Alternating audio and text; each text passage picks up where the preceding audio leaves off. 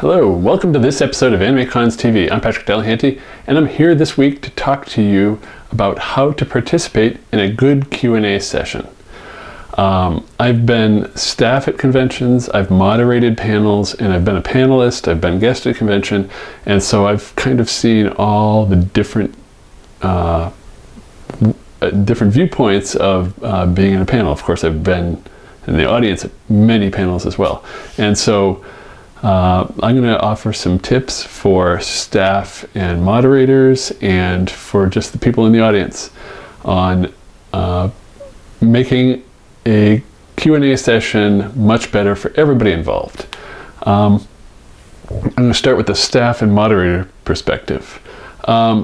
If this is a large or a popular panel, you should have somebody screening the questions. Some cons have people write down the question on a card first.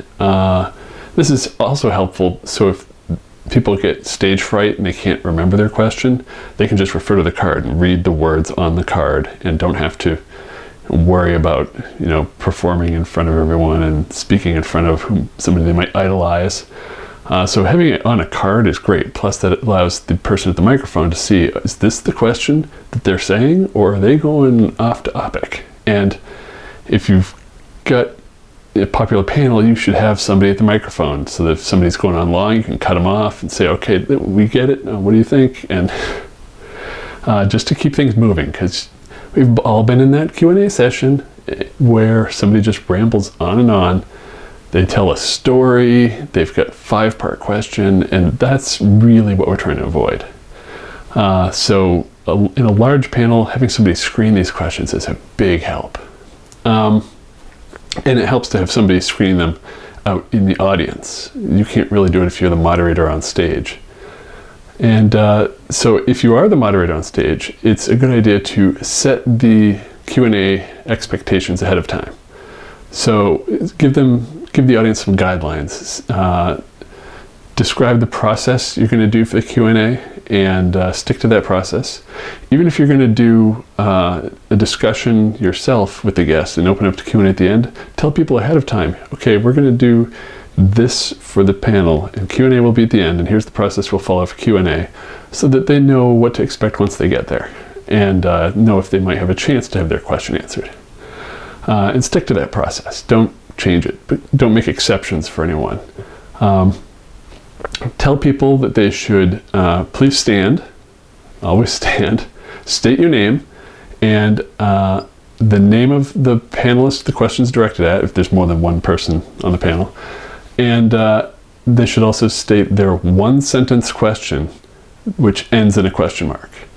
It's not story time. They could have a long question, just get it down to one sentence. What's the question? You're going to move on to somebody else. The guest may give a long answer, the panelists might have some big explanation, but they have to have a one-sentence question. And so just give them these straightforward guidelines and hopefully they'll stick to it. If it's a voice actor, you may want to add on some other requirements to discourage people from asking for autographs or hugs, or for the actor to repeat lines from their show. This is a QA panel, it's not a live performance of the show, and they can always get autographs and maybe hugs at their autograph session. And it's not appropriate to do that in front of everybody and waste everybody's time. Even if you're not going to be here when the autograph session is going to be held, well, if you can't rearrange your schedule, then apparently you don't care enough about this actor. So don't give them a sob story about why you can't be there. Get the autograph at the appropriate time. If this isn't a panel where people line up at a microphone for questions, then spread the love as the moderator or as the person in the audience with the microphone. Go around in different areas of the audience, give others a chance to get their question asked, and there may be a lot of people that have multiple questions and they have their hand up several times. Well, try to get to the other people first, and then you can get back to the others that have multiple questions, just to give everybody a chance to get their question answered. And if you're passing around a microphone, don't actually pass the microphone. have somebody hold the microphone and hold onto it the entire time. Never pass it down the aisle and let people hold it themselves, because then you can't grab it away if something goes bad. And this will happen at some point. Maybe not in a panel, but over the lifetime of a convention, there's going to be somebody who is doing inappropriate things in the microphone. So never give it to them. Always hold on to it so that you can take control back. And if they go on too long, you can say, okay, I think we get it, and let's see what you think. So you can cut them off. Never let go of the microphone. If you're in the audience with the microphone, passing it around, that's your number one rule. If there are no microphones, sometimes a small convention or a small panel may not actually have microphones, then you should repeat the question back. And this may be a good thing to do in general, but when there's a question and the moderator should repeat the question back for the rest of the audience. Maybe there's an accent people might not understand. You want to make sure that you're actually conveying the correct question, that everybody understands it correctly. Maybe the guest didn't hear the question. So repeat it back, and if it's a long question, this is your chance to make an abridged version of it. And do this for every question so that it's not just quiet talkers that are singled out, or people with weird questions. Now, if a question's for anyone on the panel, direct the question to a panelist when you repeat that question. This way, not every panelist has to actually answer the question. Look for panelists who may actually be indicating that they want to answer, like, oh, yeah, oh boy. Or maybe one you think would be best to answer. Or you can direct it to somebody who hasn't had many questions. This is their chance to actually answer a question. Now, obviously, some panelists may not get as many questions as others, and so what you can do in that instance is when somebody asks a question for one panelist, let that panelist answer, and then say, Monica, that was a great answer. Jamie, do you feel that way? And this is your chance to get somebody else involved that has just been sitting there, maybe not getting as many questions. And when the panel's reaching the end, let people know you only have time for 1 or 2 more questions. And if there's a line at the microphone, this is the cue for whoever's staffing that microphone to cut off the line and send everybody else back to their seats. There's no reason for them to keep standing around when they're not going to get their question asked. And so that's some tips for the staff and for moderators. And for attendees, if you're at a panel and there is no moderator, don't assume it's open season. Just be respectful of people and try to follow these guidelines. Ask your question in one sentence that does not start with the word I and ends in a question mark. So if you say, I really blah, blah, blah, that's not a good start to a question. The question should start with something like, do you, or how did you, or what is the, how, what, why, when, who. But you want to start with a question and have it end with a question mark. It's not story time. And you can ask that later if it's something more involved or something private that's not appropriate. Don't ask multi-part questions. Like asking, did you like X, and if so, why? Is fine. But trying to sneak to two completely different questions. Did you like X, and also on project Y, did you do Z? It's like, no, those are two, no. Like asking for a follow-up, like if you're asking a question that has a yes or no answer, you can say, well, why did, if you did this, why did you do this? Or if this happened, how did it? So something, that's one question technically. But yeah, you don't try to sneak two questions in because it's not fair to everybody else waiting. There's a ton of other questions probably. As I've mentioned multiple times already, skip the stories. Yes, the show that you've watched and this guest, they may mean the world to you, you idolize them, and they've helped you in tough times, and you've always wanted to ask this question or share your story of how much this means, that's not the right time.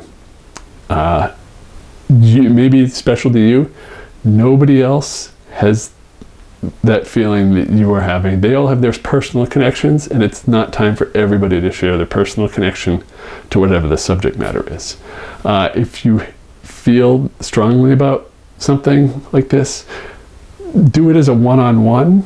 So if it's a panel with a panelist, you can approach the panelist after the panel, wait outside the room, and then you can say, oh, I just wanted to let you know this was really great, and blah, blah, blah. If it's a guest, go to their autograph session, and you'll have some one-on-one time, and while they're signing, you can tell them the story, and they'd probably really appreciate that.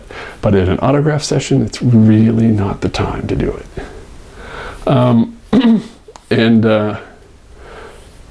So also, you want to make sure you research your question. I've been to some panels where somebody asks a question and then it's really embarrassing because, yeah, I didn't work on that show, or yeah, that wasn't me. So make sure you know what you're talking about, and make sure if you are in a panel for a guest that your question is relevant to that particular guest. Like if they're an actor in a show, you can't really ask a directing question to them. So research what they've done and make sure that your question is relevant to this particular person. If it's an industry panel, you can't ask questions like, well, are you going to get this show? You don't ask questions you know they can't answer. Are you going to get this show? Why didn't you get this? This a lot of, how much did you pay for this? They're not going to tell you that stuff. They can neither confirm nor deny a lot of these licenses. So if you're asking a question at a panel that's on a specific topic, don't try to use the Q&A to prove your expertise. This isn't about you. This is their panel. It's their turn to do a presentation. If you think you're more qualified, no, I would do a so much better panel, don't take it out in the Q&A, because it's their panel and you may end up embarrassing yourself. The best way to deal with that is to just apply to do the panel next year. Say, oh, you know, I know a lot about this subject. I'm going to do this panel. So either at the same convention or even some other convention, try doing the panel yourself if you think you can do so much better. So, and finally, be respectful. No matter what happens, if you think this panel, oh, this guy doesn't know this topic, oh my God, this is so embarrassing. Be respectful. Don't call them out on it. And like, if you're talking to an actor, don't say, yeah, you know, I saw that new movie you were in. It really wasn't as good as the old. No, never say that something they were in was not as good as anything. Even something else they were, say, like, this was my favorite of all the stuff that's fine. You don't talk down other work. Be respectful of people. So hopefully these tips help. Also, this brings back memories because in the 4th episode of this podcast, way back in 2009, over 10 years ago, we did an episode called Don't Be That Guy in Panels. So if you go to our website at AnimeCons.tv and find episode 4, you can find a fun video on Don't Be That Guy.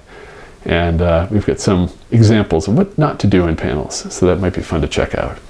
And if you've got questions, or if you've got additional suggestions, we'd love to hear it. You can contact us. The info's down here in the video. It's you can email us at podcast@animecons.tv, or you can leave us a voicemail. Please leave us voicemails. We love having voicemails, hearing your voices.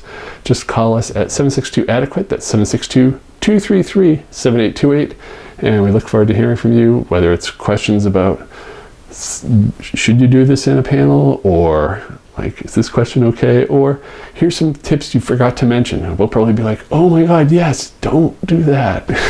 So yeah, we'd love to hear it. We got another feedback episode coming up in a few episodes. So we'll answer any questions you have in that feedback episode, whether it's about this episode or any of the hundreds of episodes we've done in the past. So yeah, we'd love to hear from you. Oh, one final thing, which we haven't mentioned yet. Let me grab something here. Svetlana's new book, Diary. You may be familiar with her Berrybrook series. Her new book, Diary, is out. And so that makes a great Christmas gift. Also available, complete Berrybrook collection as a box set. You can find this on Amazon, Barnes & Noble, and bookstores near you. So definitely check this out. If you've been looking to get her books, box set is a great way to go. It's very neat. Look at that. And so there's Awkward, Brave, and Crush, which are middle grade comics. And then Diary, that's a special, there's actually a diary section. There's stickers. There's 3 short stories in there and some other stuff. So it's a good bonus for the box set here. So definitely check that out. And Svet, thank you for picking it up. That's Berrybrook. Check that out. And we'll see you next week when Doug has a report from Anime NYC. See you then. Bye.